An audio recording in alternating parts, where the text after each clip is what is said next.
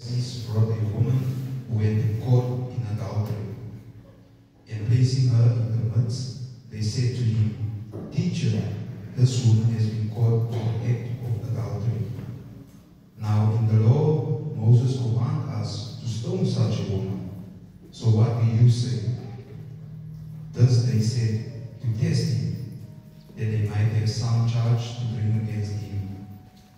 Jesus bent down and wrote with his fingers on the ground. And as they continued to ask him, he stood up and said to them, Let him who is without sin among you be the first to throw a stone at her. And once more he bent down and wrote on the ground. But when they heard it, they went away one by one, beginning with the older ones, and Jesus was left alone with the woman standing before him. Jesus stood up and said to her, Woman, where are they? Has no one condemned you? She said, No, Lord. And Jesus said, Neither do I condemn you. Go, and from now on, sin no more. Familie, ons dank jy vir my hulp. Die Afrikaanse weergawe is as volg. Die opskrif is die vrou wat op oorspel betrap is. Hierna is hulle elkeen na sy huis toe, maar Jesus het na die olyfberg toe gegaan. Die volgende morgen vroeg was hy weer in die tempel en die hele volk het na hom toe gekom. Hy het gaan sit en hulle geleer. Die skrifgeleerdes en die Fariseërs wou toe 'n vrou wat op oorspel betrap is en laat haar in die middel van die kringmense staan. Hulle het vir hom gesê, Meneer, hierdie vrou is op beter daad betrap, waar sy oorspel gepleeg het. Moses het ons in die wet beveel om sulke vrouens te stenig, maar u, wat sê u? Dat het hulle gevra om hom in te lok, sodat hulle iets kon kry waaroor hulle hom kan aankla. Maar hy het gebuk en met sy vinger op die grond geskrywe. Toe hulle aan hom te vra, het hy recht gekom en vir hulle gesê, Laat die een van julle wat 'n skoon geweten het, eers 'n klip op haar gooi. Daarna het hy weer gebuk en op die grond geskrywe. Toe hulle hoor wat hy sê, het hulle een vir een weggeloop. Die familiehoofde eerste. Jesus is alleen agtergelaat saam met die vrou daar in die middel van die kringmense. Toe het hy opgekom en vir haar gevra, Mevrou, waar is hulle? Het nie een van hulle die oordeel oor jou voltrek nie? Niemand hier, sê sy. Toe sê Jesus, ek doen dit ook nie. Gaan maar en moet nou, van nou af, nie meer sonde doen nie. Familie, hierdie is die woord van Here. Familie, ek wil met die deel, toe ek het hom nie eens in my relasie gevra om met die diens waar te neem.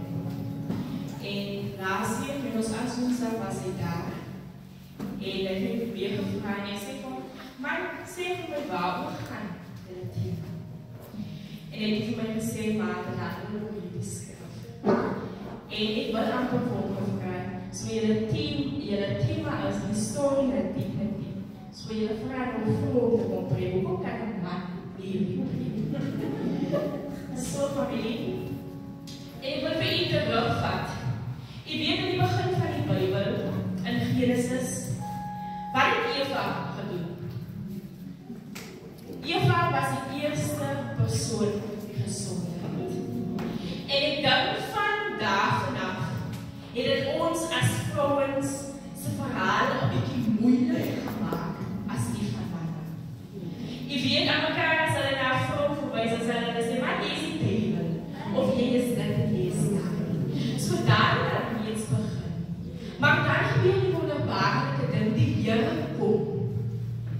Wie was die eerste persoon? Wie was die persoon wat die Here se voete gewas het op pad na die kruis? 'n Vrou. Wie was die eerste persoon wat daar by die graf aangekom het en wat hulle gaan sê van jy moet gaan getuig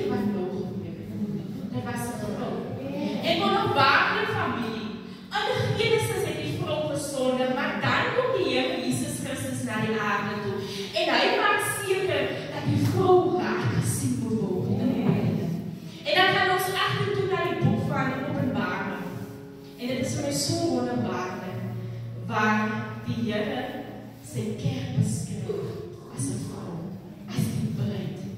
So dit beteken ons as vroue, daar is 'n taak vir jou. Daar lê en wag 'n taak vir jou.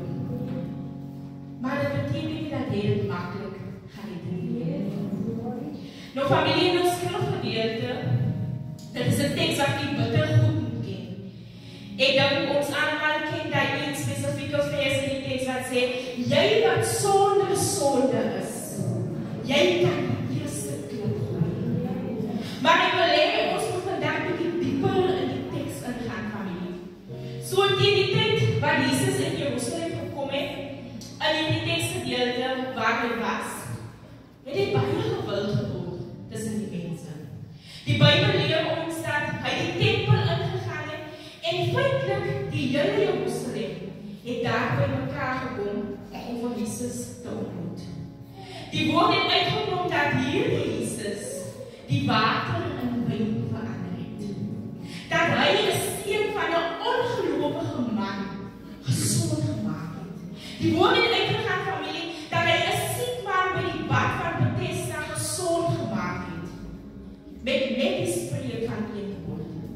Die woord het ook uitgekom dat hy 5000 mense gevoed het. Met net vis en 'n paar broodjies.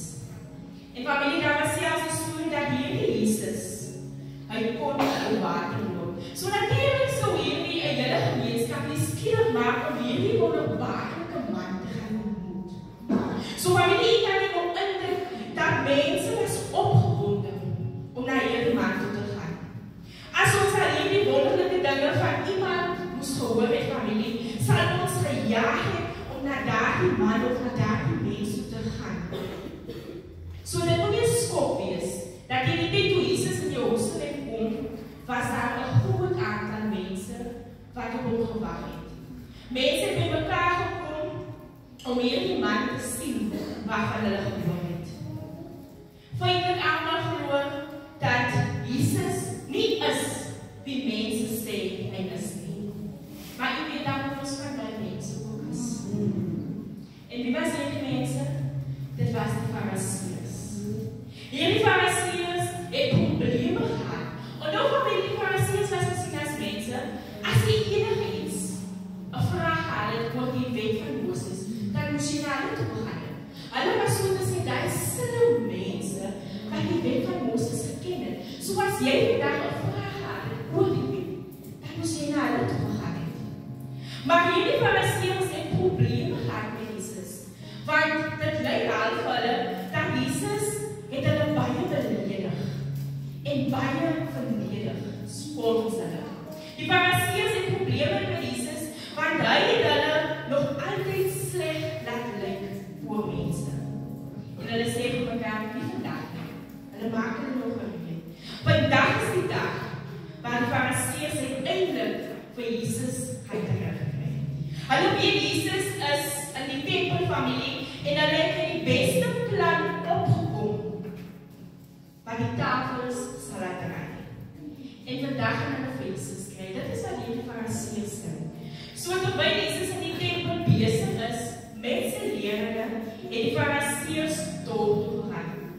Is dit maar nie hoe ons as kerkmense is nie. Daar is 'n diens in die kerk. Maar ons gaan nie kerk nie. Ons gaan nou na daai ene se huis of daai ene se huis toe. So familie, toe gaan die Fariseërs dorp toe en hulle gaan kry 'n vrou wat besig is met koorspel.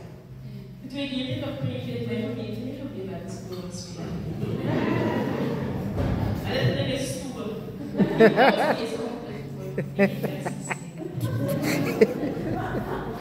Nou, familie, ek het 'n preek gedoen oor hierdie vrou. Die Fariseërs het in die kamer ingebars en 2 volwassenes was besig met koorspel. En hulle het die vrou uit die bed uitgetrek.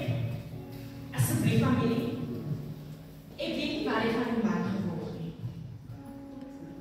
Ek weet nie of hy weggegaan het nie. Maar hulle was net daar, agter die vrou aan gewees.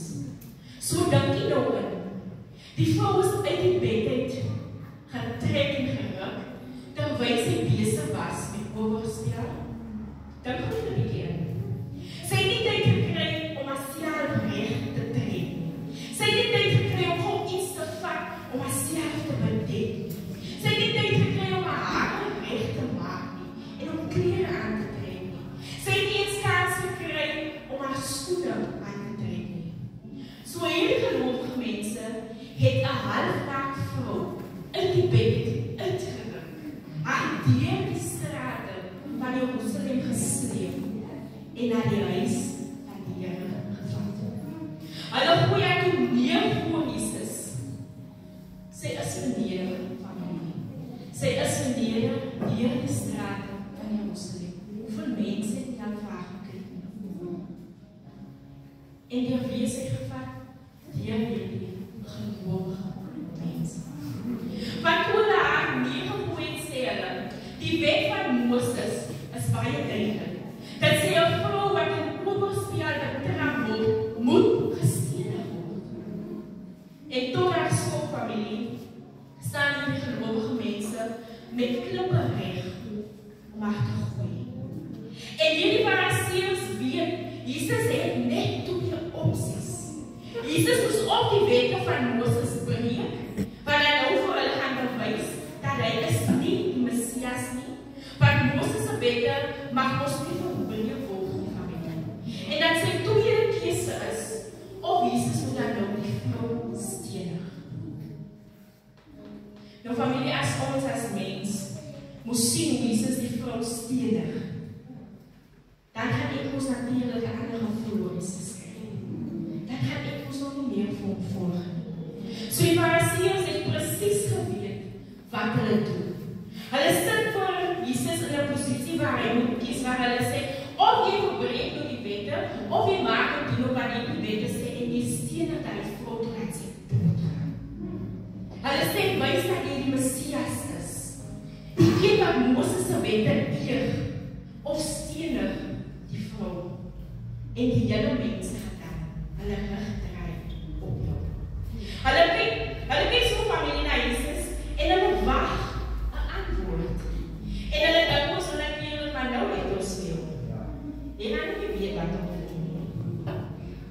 Maar Jesus bring toe die Bybel se derde opsie in. Jesus begin familie om op die grond te skryf. En dink vir die mense wat nou na jou toe gekom het, jy gaan na iemand om daardie persoon te kon vra oor iets. En dan skryf die persoon op die grond. Dit maak ons die jalbe in jou los. So Jesus begin op die grond te skryf. Nou familie, ons weet nie wat hy op die grond geskryf het nie. Maar wat ons moet verstaan is dat weer eens Jesus se manier was om uiteindelik weer die Fariseërs te disrespek. Want hy sê eintlik, ek gaan nie nou met julle deel nie, want julle is kinderagtig. Die Fariseërs staan in veel opsies en Jesus staan en skryf in die grond. Hy kies om hulle te ignoreer, maar die Fariseërs weier om dit weg te laat. Familie, ken jy sulke mense in die lewe? Mense wat net weier om 'n situasie te belos. Mense wat net aanhou karring en karring, tot wanneer jy dan eintlik 'n reaksie bewys. Maar besef hoeveel keer jy sê, maar ek is jammer van dit wat ek gedoen het. Mense is sulke mense wat net nie 'n ding verlos nie. Die Fariseërs vra, maar Here, wat gaan u doen? Gaan u die wet verbreek? Of gaan u die vrou stenig? En Jesus gaan aan om in die grond te skryf. En hulle vra weer. En dit is hier waar Jesus een van die bekendste sinne uitdruk in die geskiedenis van die Bybel. Hy sê, laat die een van julle wat 'n skoon gewete het, eerste 'n klip daargooi. Die van julle wat sonder sonde is, kan vandag die eerste klip na hierdie vrou gooi. Familie, in essensie sê die Here eintlik, sit hy klip neer. Daai klip wat jy in jou hart het, sit dit neer. Want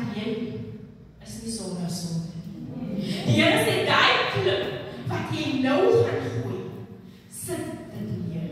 Hy sê die oordeel wat jy nou gaan doen, dit kom jou nie toe nie, want daar is 'n oordeel op jou ook. Die naam, die veroordeling wat jy nou gaan doen, hier is die sinheid neer. Want na jy die veroordeling moet ek jou ook dan ondersteunen. Jesus sê eerste familie, sit die klip neer, want niemand in hierdie sirkel is gekwalifiseer om haar te oordeel. Dink jouself in, daardie vrou wat daar lê op die grond naak. Sy was gesleep deur die straat, sy was vernederd deur die mense. En nou kom Jesus en hy sê Jesus vir hulle, sit julle klippe neer. Van die een van julle is gekwalifiseer om haar te oordeel. Nou kyk familie, ons weet hulle is Fariseërs. Ons weet hulle dink hulle is heilig. Ons weet hulle memoriseer die Bybel. Ons weet hoe hulle die tempel binne gaan dag na dag. Maar Jesus sê, niemand in hierdie sirkel is gekwalifiseer om haar te oordeel. Nou familie, kyk, daar is geen twyfel. Hierdie vrou is 'n sondaar. Ons praat nie dinge goed wat sy gedoen het nie. Sy is op jy te daad betrap. Niemand sê dat dit wat jy gedoen het is reg nie. En die Fariseërs bring dan na Jesus toe en sê, hanteer hierdie probleem vir ons. Maar dit is sonde wat sy gedoen het. Ons het daar gevang in die sonde en ons wil hê u moet daar straf in haar sonde. Maar familie, ons kan daar vandag lees. Die Here is nie die mens. Die Here dink nie soos die mens. Hy reageer nie soos ons as mens. En wat doen Jesus? Hy sê dit is reg. Ons kan deel met haar sonde, maar haar sonde is die enigste een wat nou in die kamer ingestap het. Want toe hulle haar na Jesus toe bring en haar sonde gesê, het hulle hul sonde ook gebring na Jesus toe. So die moment wanneer jy wys dat iemand anders met iemand anders se sonde, dan moet jy reg maak, want jy stap met jou sonde ook in die kamer. Die Here sê jy is nie gekwalifiseer. Die Here sê wie ook al in die kamer is. Wie nog nooit iets verkeerd gedoen het nie. Wie nog nooit 'n fout gemaak het in die lewe nie. Wat nog nooit 'n sonde gepleeg het nie. Jesus sê, jy het die reg om die eerste klip te gooi. Maar as jy weet dat jy ook 'n sondaar is, het jy geen mag om ander mense te oordeel. Familie weet nie waarom die Jesus vir hulle. En ek dink dit is so nodig vir ons elkeen vandag. Want baie van ons hulle in die Bybel sonder om dit te verstaan. Ons het almal gesondig. Nie een van ons vandag het sonde. Maar net omdat daai broer nog gejoin het en sê sonde is nou die lap op die tafel. Kyk ons moet na sê. Maar kom ek sê vir vandag, sonde gaan nooit verwys aan huis. Hy klop nooit aan jou deur. Hy stap in. En wanneer jy instap, moet jy vir jou gereed maak. Maar dan kom daar iemand soos die Here wat sê, ek is genade. So voor ons klippe optel en wil gooi, moet ons eers na onsself dreig vra, is ek in 'n posisie om 'n klip op te tel en dit te gooi? Vra jouself dit, familie, is ek in 'n posisie om 'n klip op te tel en iemand te gooi daarmee? Nou wat jy moet verstaan, familie, en ek lyk sy baie in die Bybel nie, want hulle probeer altyd ons vrouens 'n bietjie sleg maak, maar okay. Nou wat jy moet verstaan, dat hierdie oorspel van die vrou, ons lees daarvan in Levitikus 20, en Deuteronomium 22, en jy moet baie baie mooi luister. Hoekom ek dit doen? Die rede hoekom die stewige moes plaasvind, is omdat hierdie plaasgevind het in 'n patriargale sisteem. So die wet van oorspel gaan as volg. Dit is ingebring om die eiendom van 'n man te beskerm. En die eiendom van 'n man was nie net sy fisiese goedere in die familie, maar dit was die vrou. So hierdie wet was nie daar om die vrou te beskerm. Dit was maar eintlik daar om die man sy reputasie te beskerm. So wanneer 'n ander man dan met 'n ander man se vrou oorspel gepleeg het, het jy die eiendom van 'n ander man beskadig. So die wet voorspel dat die vrou en 'n ander man moet gestenig word. En nie net die vrou nie. So wat is dit dan? Fariseërs het toegelaat aan die werk. En in ons skrifgedeelte bring die Fariseërs net die vrou na Jesus. So die Fariseërs wil hê Jesus moet die vrou straf, maar wat hulle nie besef het nie, is dat hulle die wet gebreek het deur net die vrou na vore te bring. En familie, hier is die ironie. Terwyl ons mense sit en oordeel oor hulle sonde, sit en pleeg ons net so sonde soos ander mense. Ons raak so behept, familie, om ander mense se foute in die lewe uit te wys, familie, dat ons vergeet om na onsself te kyk. Onthou familie, Jesaja 64:6 staan ons het almal geword soos mense wat onrein is. En ons beste dade is soos goeie klere voor die aangesig van die Here. Familie, hoor jy dit? Ons beste dade is soos goeie klere voor die aangesig van die Here.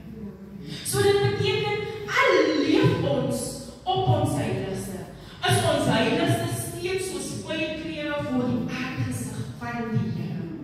Wanneer ons tekste herhaal, wanneer ons op ons knieë gaan, wanneer ons lofprys doen elke Sondag, is ons steeds, ons dade steeds soos goeie klere voor die aangesig van die Here.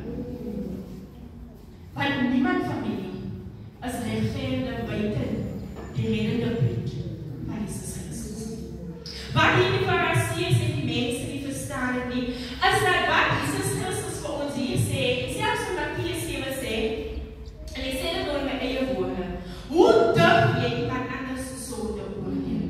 Wanneer jy jou eie het, waarmee jy moet dien.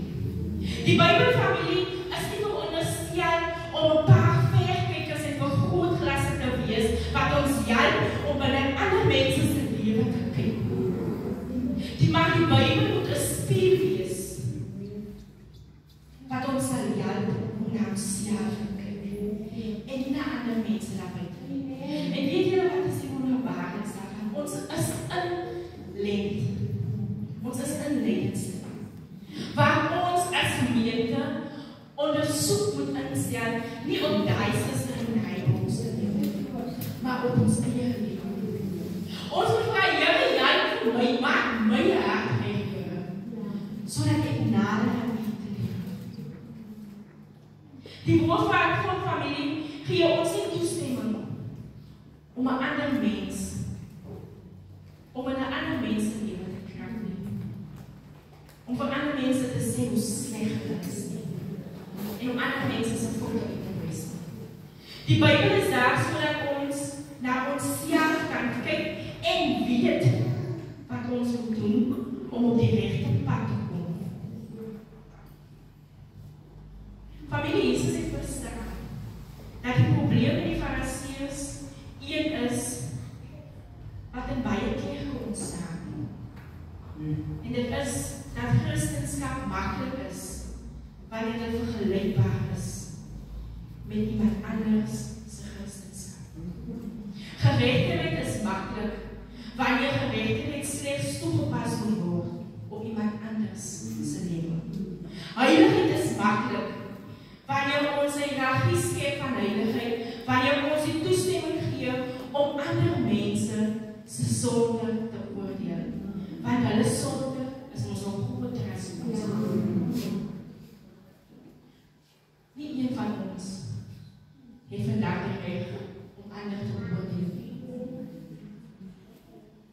jou sonde is nie groter as myne nie. Maar familie, Jesus kom vandag en sê, sal ek klip neer. Daai vrou was in 'n bose. Sy was naak. En julle as mense het daar verder verneder. Maar dan kom die Here. En hy sê, sit hy klip neer. Want as hy daai klip na daai vrou gooi, gaan ons hy selfe klip vat en vir hom besneer. Maak nie saak of jy die heiligste van die heiliges is. Maar jy is nie gekwalifiseer om oordeel op 'n ander mens uit te spreek. Oordeel op ons as mens nie toe nie. Want daar is in ons eie lewe dinge waarmee ons elkeen moet deel.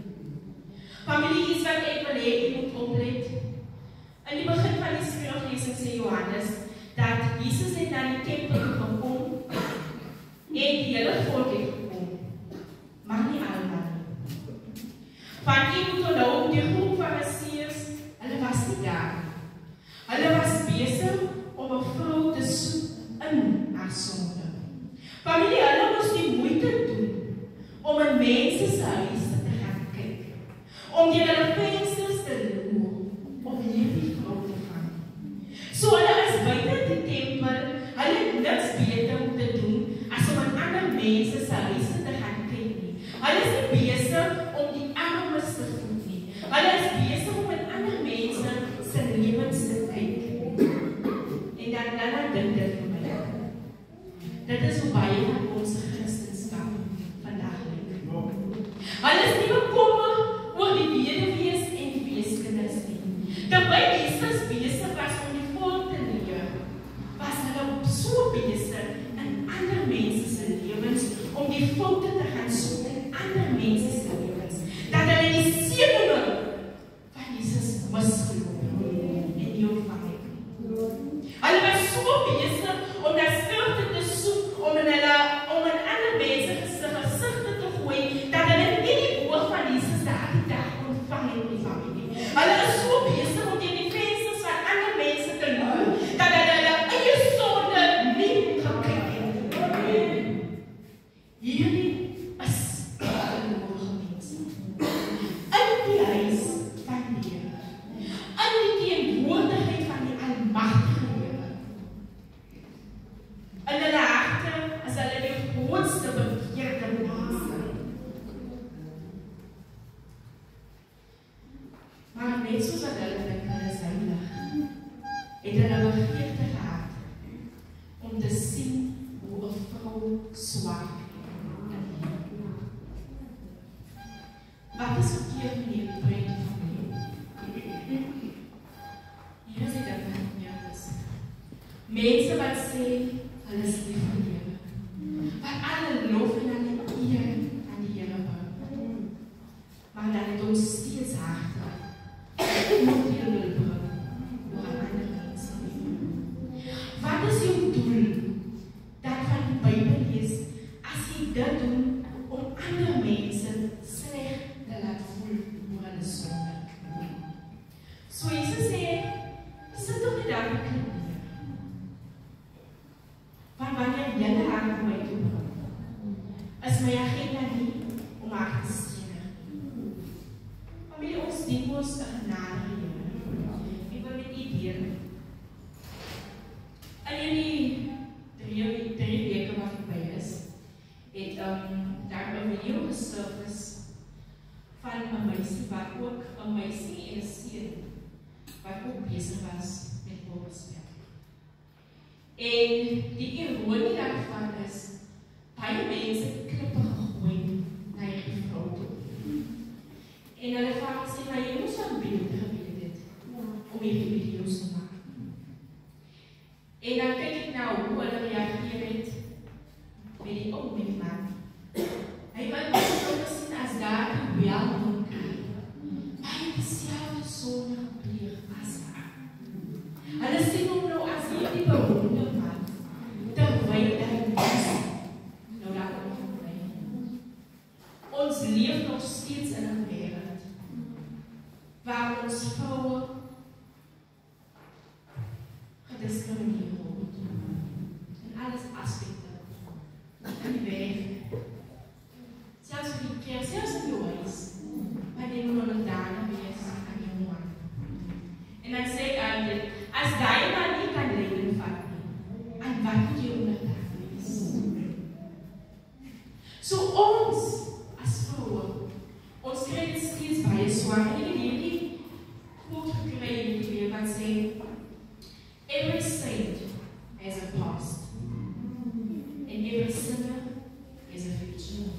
So as jy vir jou vandag die alleligste van die heilige jy moet onthou jy het die verlede. En wanneer mense moet terug na jou verlede toe, dan gaan nie gelukkig wees nie. Maar dit sê ook every sinner has a future. So jou lewe eindig nie in sonde. Dan kom daar 'n genade die jou kan sê. My agenda is nie meer bestendig in hierdie wêreld. My agenda is nie om oordeel uit te spreek oor jou nie. Maar my agenda is om jou te red. So weet jy ons as mens vandag die reg om te oordeel. En ek dink dit is so wonderbaar. Wanneer die suster hiervoor gesê het, toe sê selfmoordneigingshand. En ek kon my net indink wat ander mense daar in die familie toe moes ontmoet. Is dat 'n dominee kind? Hoe kan jy dit doen? Het jou pa jou dan reg moet gemaak? Ek moet dan vir ons kan bid vir ons in die lewe, maar nog nie lewe nie. Dat is hoe ons as mens ander mense kan steun. So familie, hier is 'n vraag aan ons vandag. Wat moontlik ook fariseërs is. Wat dink jy is God se agenda vir 'n sondaar mens soos jy? Wat dink jy sal vir God meer vrede bring? 'n sondaar wie gesteend word of 'n sondaar wie gebring word in omstandighede? God sê dat ons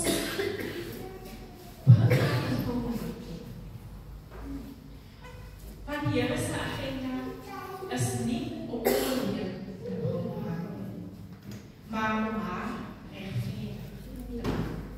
Nie om haar seer te maak nie, maar om haar te help. Familie, enige een kan klip gooi. Maar dit vat 'n genadige God om verby ons tekortkominge te kyk en te kan sê, maar ek kan jou lewe verander. Enige mens kan jou sleg laat voel oor jou sonde.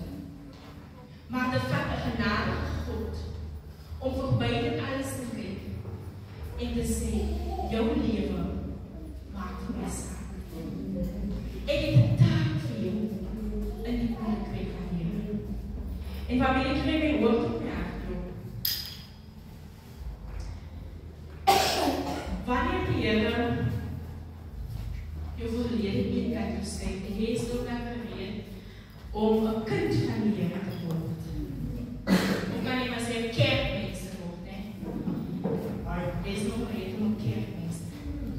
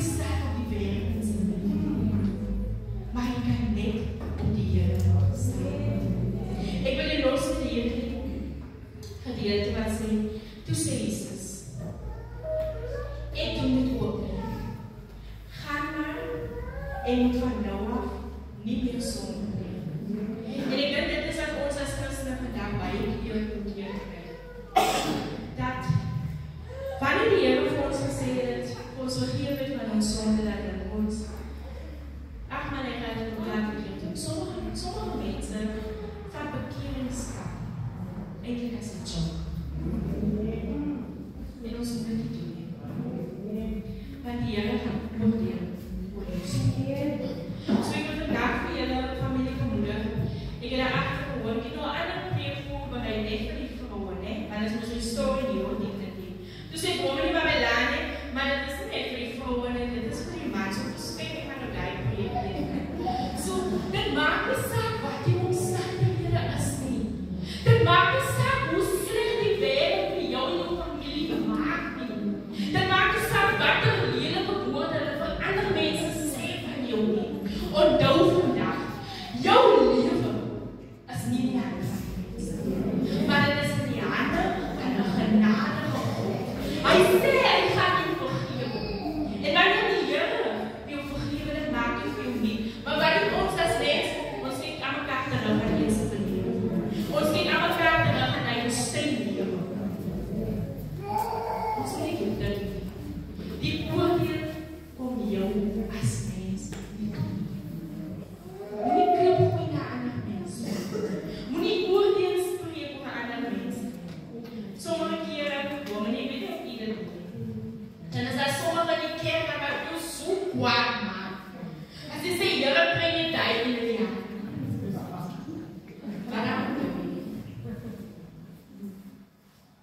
Wanneer die Here se oordeel oor mense kom, dan is dit nie soos mense nie. En ons as mens, ons moet minder soos die wêreld word. En meer soos Jesus. En dit is eintlik 'n hartseer realiteit dat ons sit in die kerk Sondag tot Sondag. Ons bid die hartse. Amen. Halleluja. Prys die naam van die Here. Maar stap jy nou hier met feeling van maar as dit jou daai aan is so dan bespreek jy die kerk mense. Don't be that person. Onthou jy dat die Here sê dat die persoon wat in sonde lewe, bring haar na my toe. En nie na die mense nie. Van ons as mense agenda is om haar seer te maak. En nie om haar te laat nie. En in realiteit is enige een kan 'n klip probeer.